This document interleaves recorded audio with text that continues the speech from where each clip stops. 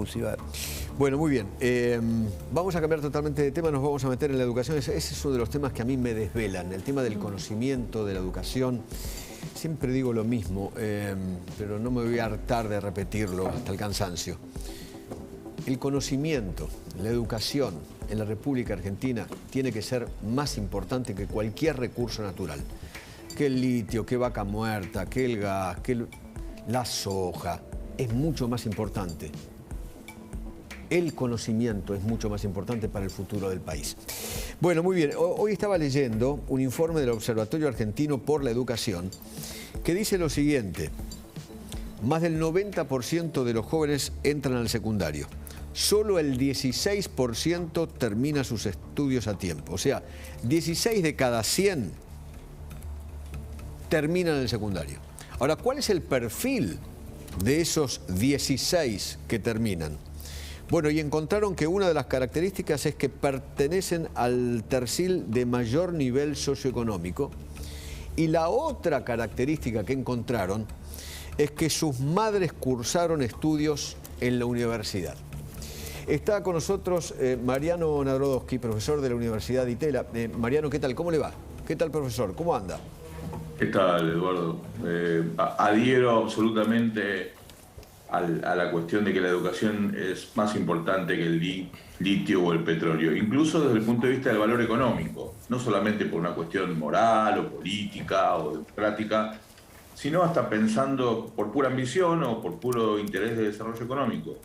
La formación de capital humano, la formación de las personas, también es riqueza nacional, no solamente la que podemos extraer del suelo, y realmente comparto plenamente, y está bueno que desde los medios de comunicación empujemos muchísimo esta idea. Para mí es muy importante, muy importante. El futuro del país está justamente en la educación, en el conocimiento, y cuanta más gente esté debidamente educada en este país con primaria, secundaria y terciaria, mucho mejor para el país, mucho mejor para el país. Así es. Bueno, me gustaría que me hable acerca de este informe. ¿Cómo llegaron a esos puntos? Hace un mes, Argentinos por la Educación, un informe liderado por Irene Kitt y por los compañeros de Argentinos por la Educación, mostraron que de los que entraron en el 2009 a primer grado, terminaron en tiempo y forma solamente 16%, 16 de cada 100. ¿Qué quiere decir terminar en tiempo y forma? Que terminaron en el tiempo estipulado, es decir, no repitieron nunca. Y en forma, ¿qué quiere decir? Que tenemos información sobre su desempeño académico, es decir, que terminaron, pero que además tienen un mínimo razonable, básico, de conocimientos que le da la primaria y la secundaria. Ese fue el descubrimiento hace un mes. Lo que hicimos ahora es tratar de entender cómo son esos 16. Y ahí vamos a lo que usted señalaba antes. Hay claramente un problema en donde la escuela pública no está alentando a los chicos más pobres a que terminen la secundaria en tiempo y forma. ¿Qué significa esto? Que lo que explica el cómo son esos 16 es la cuna de los 16. Son 16 herederos. ¿Por qué? Porque pertenecen a los terciles de ingresos más altos, hay muy pocos pobres, porque pertenecen a familias cuyas mamás terminaron el nivel universitario o terciario. Usamos mamás porque técnicamente es mucho más confiable el dato que el dato de la educación de los padres. Y en tercer lugar, el 70% va a escuela privada.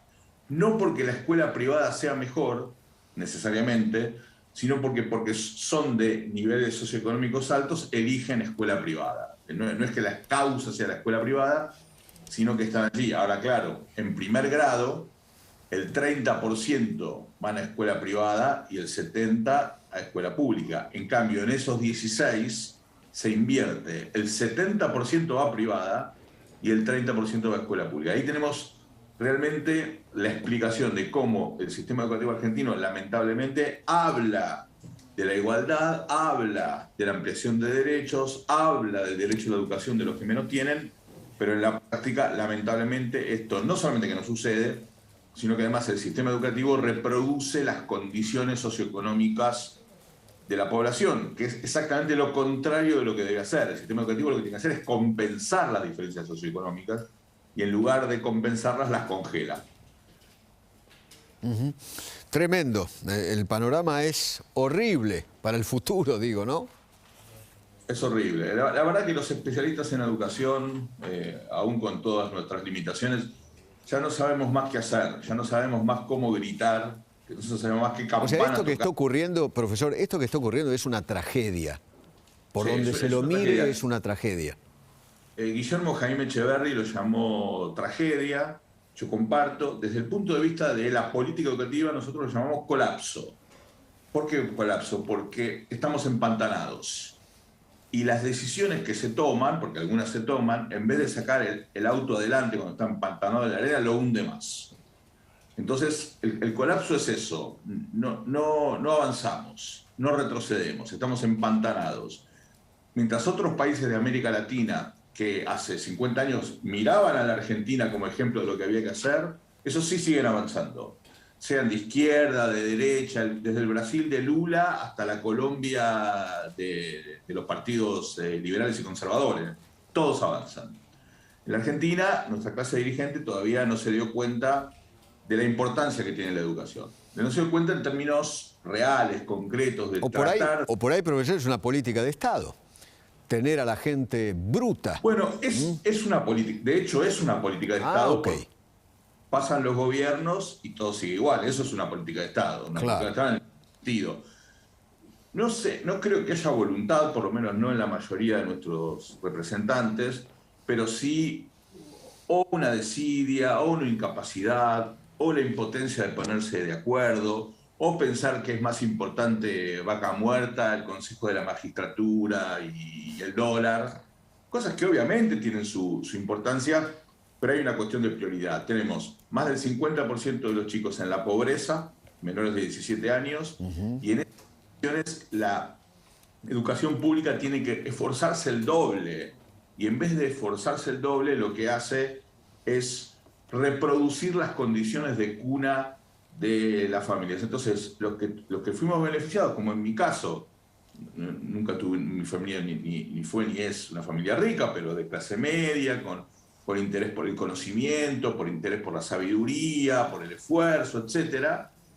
Bueno, eso dentro de todo estamos dentro de los 16.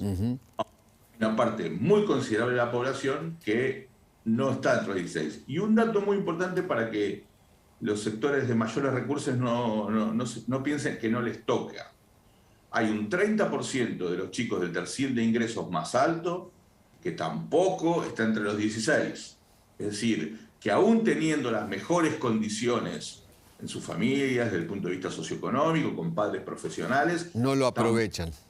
Entonces, no es un problema meramente de los pobres, porque ese es otro argumento. Claro. Este es un problema de la sociedad y de alguna manera tenemos que empujar para que las dirigencias de todos los políticos se pongan de acuerdo y hagan algo con esto más rápidamente posible. Profesor, le agradezco infinitamente y considéreme a mí también un miembro de Argentinos por la Educación, por lo menos desde este lugar. Está considerado, Eduardo, muchas gracias. Abrazo muy grande, abrazo muy grande. Willy, creo, nos metemos en la economía. Bueno, vamos a hablar de lo que dejó la presencia de Martín Guzmán ante empresarios.